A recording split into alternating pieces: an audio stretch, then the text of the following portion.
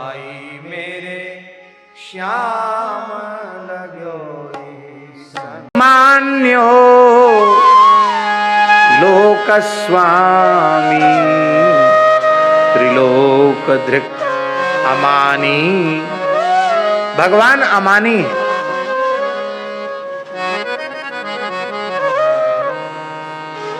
भगवान अपना मान बढ़ाई पूजा प्रतिष्ठा बिल्कुल नहीं चाहते। सम्मान पूजा बिल्कुल नहीं चाहते भगवान अपनी। खुद की पूजा सम्मान तो चाहते नहीं। और मानदह, अपने आश्रित के मान को बढ़ाते हैं। स्वयं सम्मान चाहते नहीं और आश्रित को सम्मान देते हैं। इसीलिए भगवान मान्य हैं। नहीं आई बात समझ में? मान बढ़ाई से, प्रतिष्ठा से आपका ही पेट नहीं भर रहा है तो आप हमारा सम्मान क्या करोगे? हमारा अपना ही पेट इतना बड़ा है कि हमको कोई चाहे जितना आदर सम्मान दे फिर भी हमको लगता है कि नहीं, कसर रहेगी। तो जिसको स्वयं को सम्मान की भूख है वो किसी दूसरे का सम्मान नहीं कर सकता। भगवान सम्मान नहीं चाहते, इसीलिए भगवान का सम्मान होता है।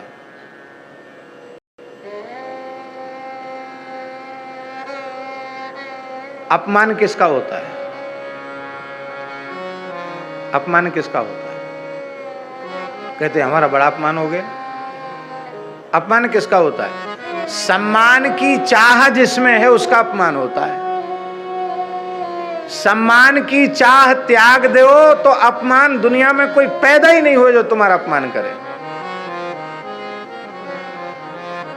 कई चीजें आजकल वाटर प्रूफ बनती हैं, वो पानी में चली जाएं तो कोई कुछ बिगड़ता नहीं उनका, वाटर प्रूफ।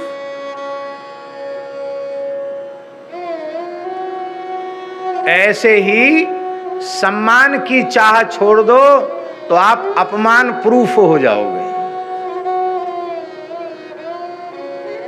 आपका अपमान कोई करेगा क्या? क्या करेगा? क्या हुआ हमारा अपमान?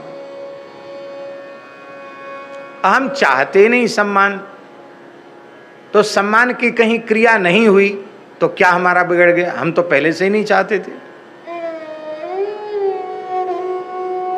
श्री चैतन्य महाप्रभु जी क्या कह रहे हैं?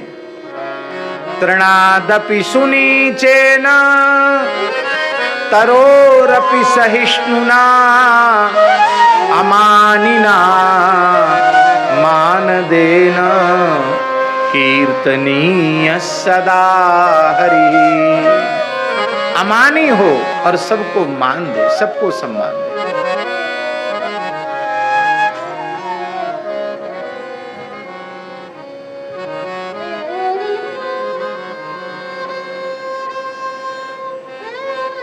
एक ब्रजवासी महानुभाव ने महाराज जी को बुलाया।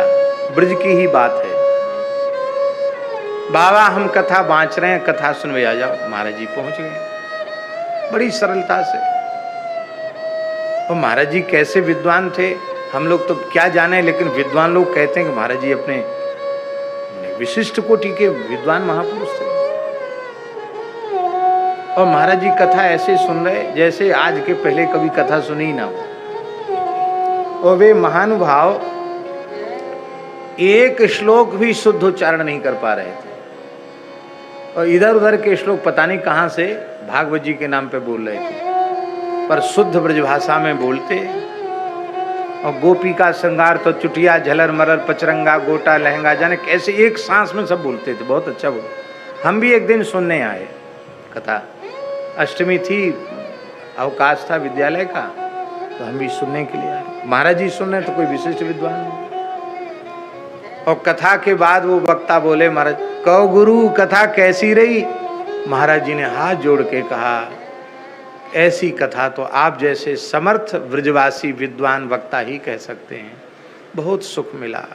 एकदम गदगद होके कहा, हाथ जोड़ के, कोई बनावटीपन नहीं।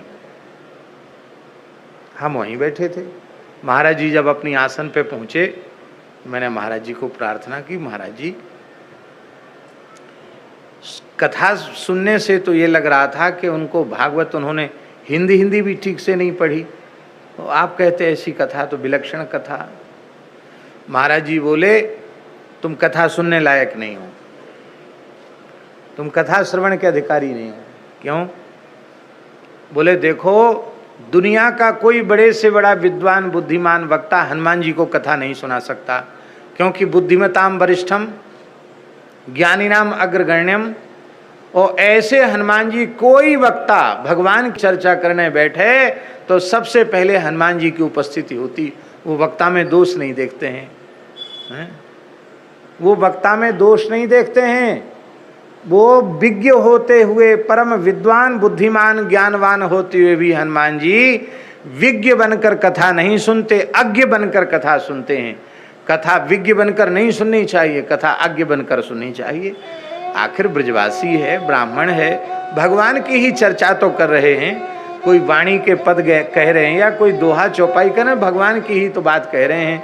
और उनके अब वो चाहते हैं कि हमारी प्रशंसा करें, तो उनकी हमने प्रशंसा कर दी, उनको प्रसन्नता हो गई, तो उसमें हमारा क्या घाटा हो गया? एक ब्रजवासी वक्ता ब्राह्मण की प्रसन्नता प्राप्त है गई, हमारो का घाटो भयो। इसलिए वक्ता में श्रद्धा रखो। तुमको कथा सुनना नहीं आता,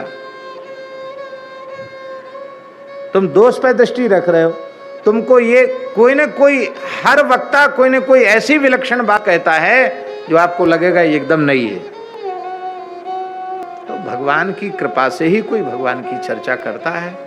दोष दर्शन की दृष्टि मत रखो, सबको सम्मान देना सीखो। महाराज जी ने कहा अमानी ना मान देना कीर्तनीय सदा। सबको सम्मान दो, स्वयं सम्मान बिल्कुल मत चाहो। माई मेरे श्याम